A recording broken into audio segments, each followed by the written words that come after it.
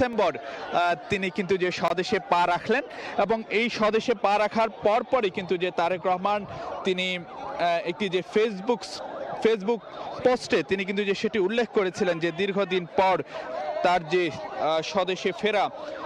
সে বিষয়টি কিন্তু যে তিনি উল্লেখ করেছিলেন।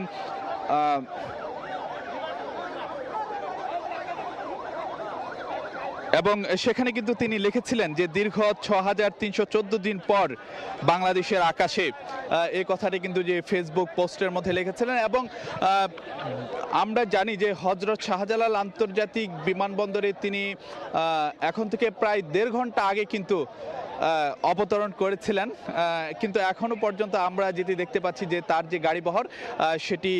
এয়ারপোর্ট রোড এলাকায় কিন্তু রয়েছে। অর্থাৎ আমরা যদি বলতে যাই যে বাংলাদেশ বেসামরিক বিমান চলাচল কর্তৃপক্ষ অর্থাৎ বেবিচকের যে সদর দপ্তরটি রয়েছে তার ঠিক উল্টো দিকের যেই সড়কে কিন্তু তার গাড়িবহরটির এই মুহূর্তের অবস্থান। সামনে নিশ্চয় দেখতে পাচ্ছেন যে পুলিশের গাড়ি রয়েছে, তারপরে র্যাবের গাড়ি রয়েছে, বিজিবির গাড়ি রয়েছে এবং তারেক রহমান যে বাসটিতে রয়েছেন তার আশেপাশে কিন্তু যে সেনাবাহিনীর সদস্যদের